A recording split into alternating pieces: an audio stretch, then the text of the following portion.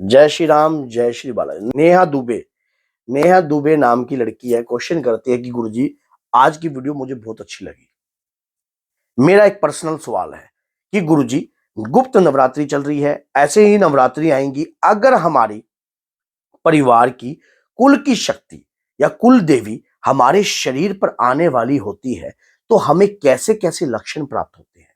तो बेटा मैंने सोचा कि भाई लड़की ने क्वेश्चन तो बड़ा प्यारा किया है, इससे बहुत सारे लोगों का कल्याण हो सकता है और उन्हें मार्गदर्शन प्राप्त हो सकता है।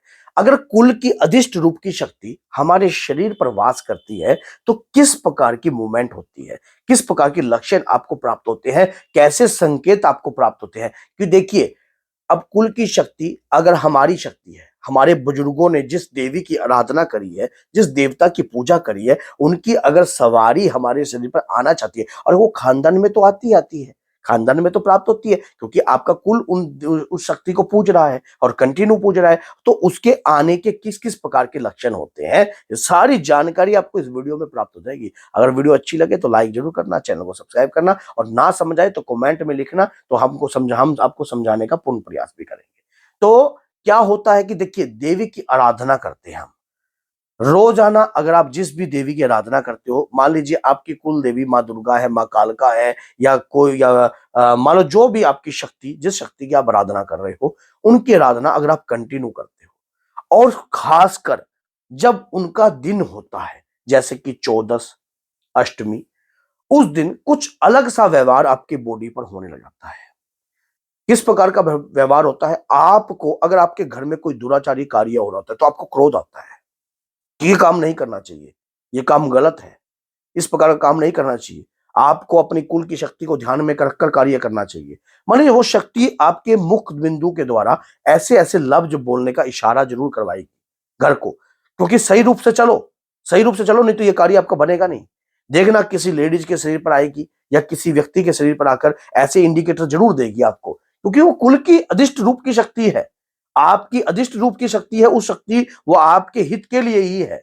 आपके बुजुर्गों के द्वारा उस शक्ति की नित्य नियम दिलाकर उनकी आराधना की गई है, और वो आपकी पीढ़ी में चलेगी और कार्यवक्त भी होगी, अगर आप सही रूप से समझ जाओगे तो। अगर नहीं समझ पाओगे तो वो ही चीज आपको खुद एहसास करवाएगी, बार बार एहसास कराएगी।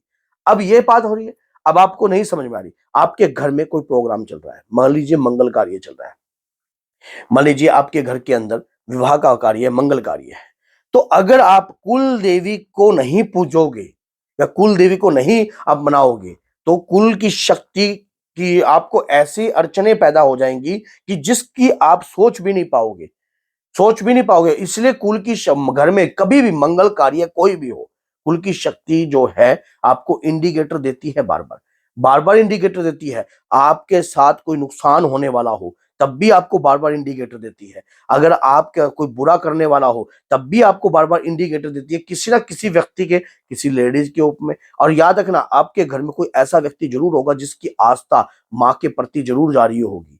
अगर आप जब कभी भी किसी भी मंदिर में जाते हो, आपको ऐसा लगता है कि जैसे आपके रोंगटे खड़े हो रहे हैं, और रोंगटे खड़े हो रहा है, मन कर रहा है पूरा एक रोबीलेदार रूप से आपके शरीर पर कुछ सवारी आने को तैयार खड़ी है, बिल्कुल एकदम रोबदार तरीके से आपके शरीर पर सवारी आने को तैयार खड़ी है। और ऐसा हो भी चुका है, कई बार ऐसा हो भी चुका है। आप किसी कालका माई के मंदिर जाते हो, माँ दुर्गा के मंदिर जाते हो, माँ शीतला के मंदिर जाते हो, जहां कहीं भी आप जाते हो, या माता मदानन की पूजा करते हो, माँ शीतला की पूजा करते हो, माँ मसाणी की पूजा करते हो, कुछ भी करते हो, कुल के अंदर जिस भी शक्ति की देवी की पूजा चल रही होती है, वो आपके शरीर पर उस रूप में आएगी और 101% आएगी।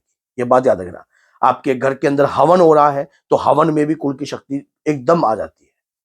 हवन के अंदर अगर घर की और किसी ऐसी व्यक्ति पर आती है जो रेगुलर माँ की आराधना करता है, देखो शक्ति जो होती है ना, वो अपने भक्त को खुद ढूंढ लेती है परिवार में, वो अपने भक्त को खुद ढूंढ लेती है। उसकी आस्था, उसका विश्वास मेरे में कितना है वो स्वयं जानती है, दिखाने की आवश्यकता नहीं पड़ती।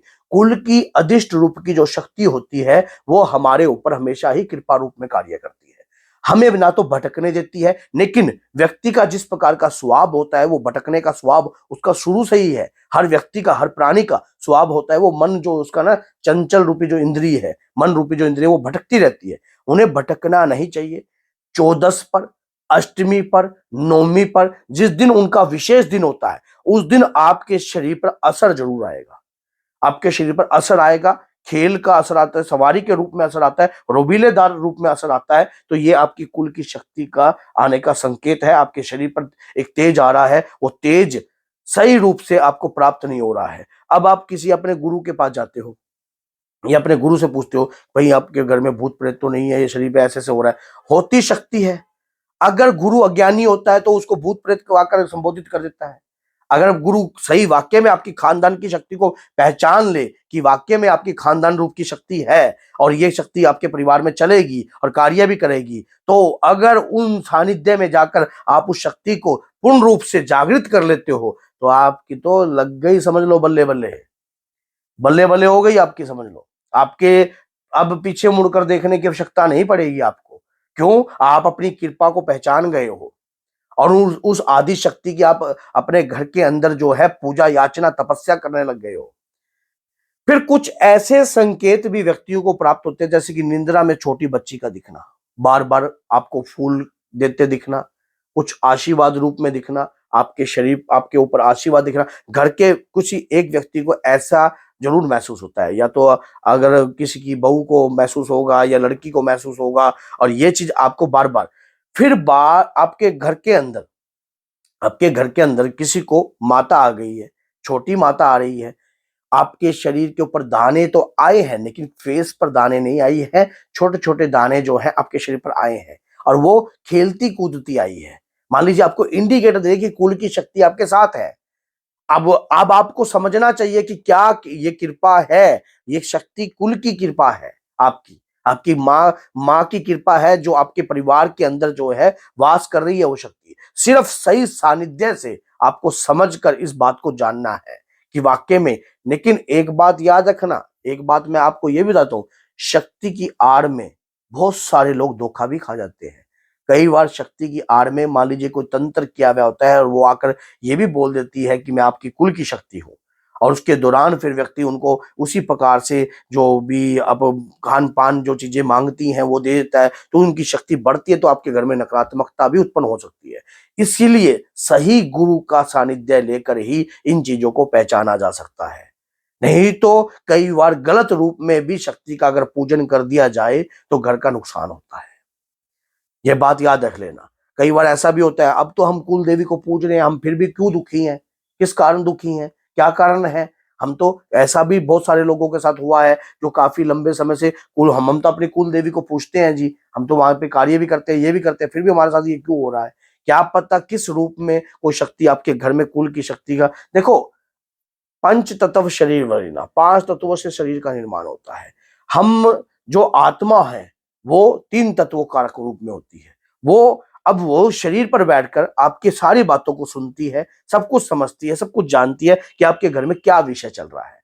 तो वही चीज का आपकी बॉडी पर रहकर, किसी के शरीर पर रहकर उसी प्रकार का एक्शन भी लेती हैं। कई आत्माएं चतुर भी होती हैं, कभी आप सोच रहे हो यहाँ भी ये, लेकिन इसके लिए ही तो सही गुरु का सानिध्य आवश्यक लेना चाहिए। तो अगर आपको नहीं पता कि आपकी कुल की शक्ति कौन है, कुल देवी कौन है, तो मैंने चैनल पर वैसे वीडियो बना रखी है, आप देख सकते हो। और अगर आप मुझसे मिलना चाहते हो तो 20 फरवरी को मेहंदीपुर बालाजी में दरबार लगने जा रहा है।